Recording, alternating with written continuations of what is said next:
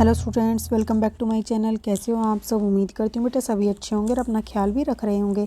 तो बेटा आज हम करने जा रहे हैं अपनी वर्कशीट नंबर 19, ठीक है, जो कि क्या है बेटा आपकी विज्ञान सब्जेक्ट की है, 8th क्लास के बच्चों के लिए है और 4 तारीख की है, ठीक है, यानी कि आपकी 4 तारीख की 4 दिसंबर की है, जिसमें बेटा आपका नया चैप्टर स्टार्ट हुआ है आज धातुओं और अधातु के चैप्टर के बाद, ठीक है, जो कि क्या है प्रकाश।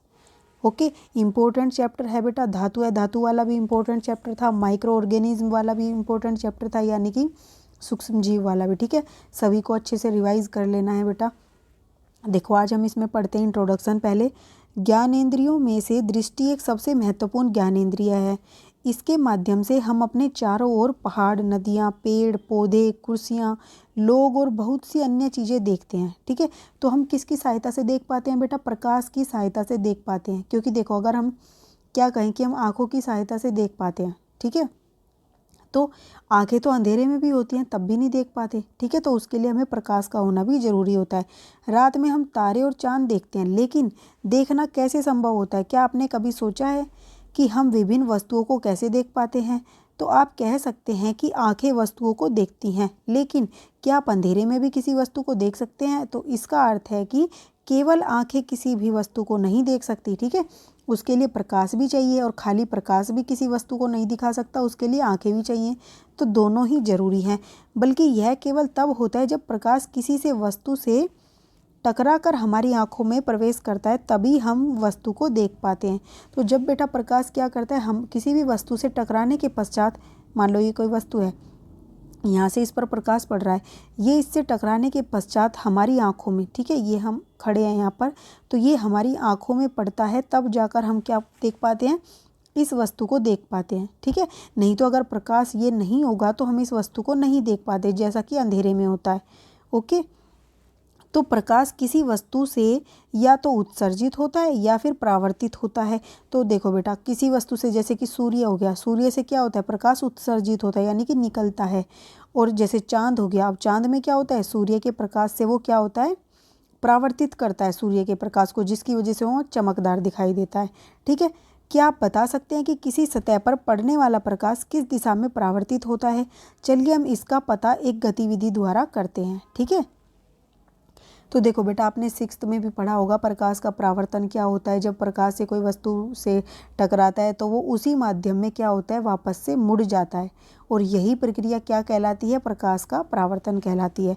तो इसको हम देखेंगे एक गतिविधि द्वारा। किसी टेबल पर एक सफ़ेद कागज़ की शीट लगाइए। चित्र अनुसार एक कंघी के एक दांत छोड़ सभी दांतों पर काला कागज़ लगाकर बंद कर दें। तो बेटा देखो, आपने यहाँ पर क्या लिया? आपने एक कागज़ लिया और एक कंघी ली, ठीक है, कुछ इस तरीके की, जिसमें ये दांत होती हैं, इनको दांत बोलते हैं। तो इन सभी को हम टेप से या किसी भी चीज़ से हम ढक देंगे और सिर्फ एक ही दांत को खाली छोड़ेंगे, ठीक है। फिर इसमें से क्या करेंगे? प्रकाश को प्रवेश कराएंगे, तो जैसे यहाँ पर दिखाया गया है। ओके, तो ये देखो यहाँ पर आपको जैसा बेटा दिखाया है, इसमें ये लिया, ये एक दर्पण लगा दिया, ये कंघी है, उसमें ये वाला हिस्सा छोड़ा, यहाँ से प्रकाश टॉर्च की सहायता से जा रहा है, ये जाकर यहाँ पर क्या हो रहा है? रिफ्लेक्ट हो रहा है, ठीक है, इस दिशा में वापस मुड़ जा रहा है। ओके, यहाँ से आया और वापस इस दिशा में मुड़ गया। ओके, अब बेटा क्या है, अगर हम क्या करें, अब इस पेज, ये जब तो मेज पर था, अब इस पेज को हम थोड़ा सा मेज से आगे लिया इतना, और इस पेज को कट कर दिया, ठीक है, यहाँ से कट कर दिया। अब कट करने के बाद इस पेज को नीचे मोड़ दिया, तो नीचे मोड़ने के बाद आप क्या देखते हो? ये प्रकाश यहीं पर रुक जाता है और ये हमें इस हिस्से पर नहीं दिखाई देता जो नीचे मुड़ा हुआ होता है, ठीक है। तो यहाँ से क्या पता चला? ये एक वो भी है बेटा नियम जो प्रकाश के परावर्तन के होते हैं, उसमें भी ये लागू होता है। ये उसी के नियम को बता रहा है कि जो ये प्रकाश की आपतित किरण है, ये हमेशा सीधी रहती है, प्रकाश पेज के साथ नीचे नहीं मुड़ेगा। तो ये आपतित किरण और परावर्तित किरण और अभिलंब, ये तीनों क्या हैं? एक ही तल में है, ये इसको दर्शाता है, ठीक है। तो कंघे की शीट के लंबवत पकड़िए और एक टॉर्च से कंघे के खुले स्थान से एक और प्रकाश डालिए। थोड़े समायोजन से आपको कंघे के दूसरी तरफ प्रकाश की एक स्पष्ट किरण प्रतीत होती है। ये जब प्रकाश डालते हैं यहाँ से, टॉर्च और कंघी को स्थिर रख प्रकाश की इस किरण के पथ के सामने समतल दर्पण की एक पट्टी रखिए। जब ये प्रकाश यहाँ से निकल रहा तो हमने इसके सामने क्या रख दिया, एक समतल दर्पण रख दिया। समतल दर्पण रखने से क्या हुआ, इसने इसको परावर्तित कर दिया, नहीं तो ये सीधा जाता, लेकिन इसने इसको क्या कर दिया, मोड़ दिया, ठीक है, दूसरी दिशा में। आप क्या देखते हैं कि दर्पण के टकराने के पश्चात प्रकाश की किरण दूसरी दिशा में परावर्तित हो जाती है या मुड़ जाती है, ठीक है। इसी को क्या बोलते हैं, प्रकाश का परावर्तन बोलते हैं। ओके, अब बेटा आगे देखो, अब इनका नाम रखेंगे। तो हमने यहाँ डायग्राम से क्या देखा, यहाँ पर देखो क्या हो रहा है, ये कुछ इसी तरीके का हो रहा है। ये हमारा दर्पण है, ये हमारा दर्पण है। इस दर्पण पर कोई प्रकाश आया और टकराकर मुड़ गया, प्रकाश आया और टकराकर मुड़ गया, ठीक है, दूसरी दिशा में। अब बीच में क्या है, अगर हम इस दर्पण के 90 डिग्री पर निकालेंगे ये, तो ये होता है अभिलंब। अब बेटा इसका नाम रखेंगे। ये हमारी क्या, आपतित किरण, जो प्रकाश की आई थी, ठीक है, आने वाली किरण को आपतित किरण बोलते हैं। फिर ये जो दर्पण से मुड़ के जाती है दूसरी दिशा में, इसको बोलते हैं परावर्तित किरण, ठीक है, इसकी दिशा को परिवर्तित कर देता है ये। ओके, और ये जो बीच में होता है बेटा, ये इसके परपेंडिकुलर होता है, यानी इसके साथ ये 90 डिग्री का कोण बनाता है। अब यहाँ इसके बीच का एंगल और इसके बीच का एंगल क्या होता है, ये तो आर होता है और ये आई होता है, ठीक है।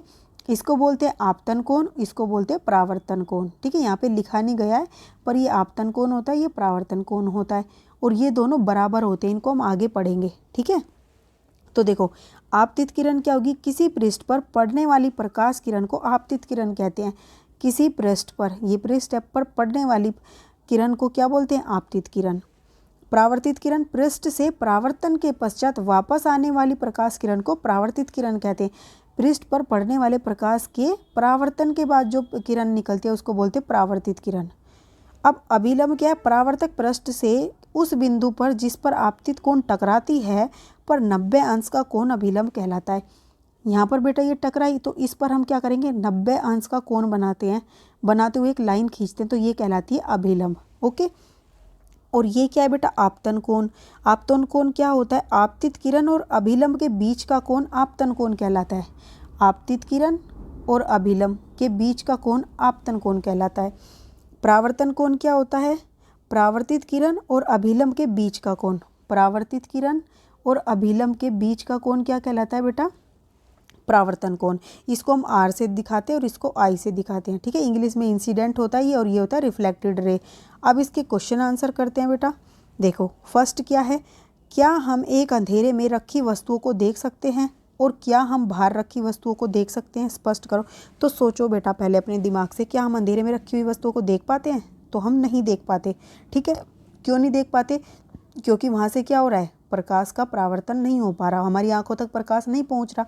लेकिन बाहर रखी वस्तु को हम देख लेते हैं अंधेरे से भी, क्यों, क्योंकि बाहर रखी वस्तु से वो प्रकाश परावर्तित होकर हमारी आंखों तक पहुंच जाता है, ठीक है। तो इसको लिखोगे कैसे, तो देखो बेटा, इसको आप इस तरीके से लिखोगे, नहीं, हम अंधेरे में रखी वस्तु को नहीं देख सकते, क्योंकि उसके परावर्तित होकर कोई भी प्रकाश हमारी आंखों में, उससे परावर्तित होकर, ठीक है, उससे परावर्तित होकर कोई भी प्रकाश हमारी आंखों तक नहीं पहुंच पाता।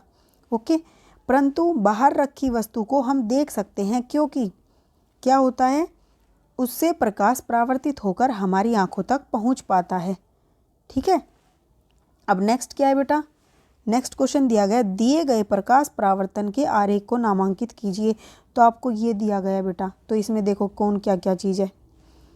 ये क्या है बेटा, जो एरो है, जो पृष्ठ की तरफ आ रही है, वो क्या कहलाती है, आपतित किरण। तो इस बॉक्स में लिखोगे आपतित किरण, ठीक है। अब जो ये एंगल अभिलंब और आपतित किरण के बीच में बन रहा है, ये होता है आई, इसको बोलते हैं आपतन कोण। क्या बोलते हैं, आपतन कोण, ठीक है, बॉक्स में लिखना है आपको। फिर इधर जो ये जा रही है पृष्ठ से दूसरी दिशा में मुड़ के, ये क्या कहलाती है, परावर्तित किरण, परावर्तित किरण। ओके, अब इस परावर्तित किरण और अभिलंब के बीच के कोण को क्या बोलते हैं, परावर्तन कोण, परावर्तन कोण। ओके, और ये क्या है बेटा, ये है दर्पण, ठीक है, और ये बीच वाला अभिलंब दे ही रखा है, तो ये आपको लिख देना है। नेक्स्ट क्वेश्चन क्या है बेटा हमारा, नेक्स्ट क्वेश्चन है, प्रकाश का परावर्तन किसे कहते हैं? तो देखो बेटा, प्रकाश का परावर्तन किसे कहते हैं? जब किसी वस्तु से कोई प्रकाश आकर टकराकर दूसरी दिशा में मुड़ जाता है तो इसे प्रकाश का परावर्तन कहते हैं। तो इसको लिखोगे कैसे? तो देखो, प्रकाश का परावर्तन, जब प्रकाश की किरणें वस्तु पर गिरती हैं तो वे टकराकर उसी माध्यम में वापस आ जाती है। चाहे तो आप ये डायग्राम भी बना सकते हो। प्रकाश की वस्तुएं किसी वस्तु पर गिरती हैं तो वे टकरा कर वापस उसी माध्यम में आ जाती हैं। प्रकाश की इस प्रक्रिया को हम प्रकाश का परावर्तन कहते हैं। ठीक है।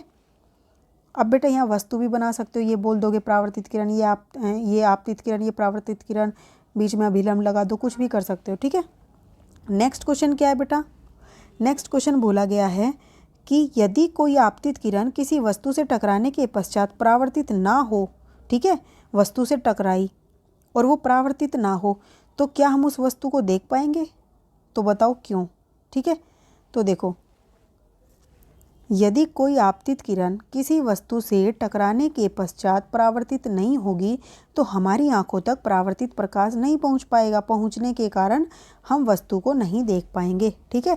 तो इसलिए प्रकाश का परावर्तित होकर हमारी आंखों तक पहुंचना जरूरी है, तभी हम उस वस्तु को देख पाते हैं।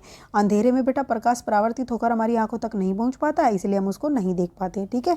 तो ये थी बेटा आपकी आज की वर्कशीट। उम्मीद करती हूँ आपको अच्छी लगी होगी, समझ भी आई होगी। न्यू चैप्टर है बेटा, अच्छे से समझना है, और अगर समझ आई हो तो इसको लाइक शेयर जरूर करना, चैनल को सब्सक्राइब करना। इस वीडियो में बेटा इतना ही। अपना नेक्स्ट टॉपिक हम अपनी नेक्स्ट वीडियो में करेंगे। तब तक के लिए ऐसे हंसते रहिए, मुस्कुराते रहिए, पढ़ते रहिए और आगे बढ़ते रहिए। Thank you.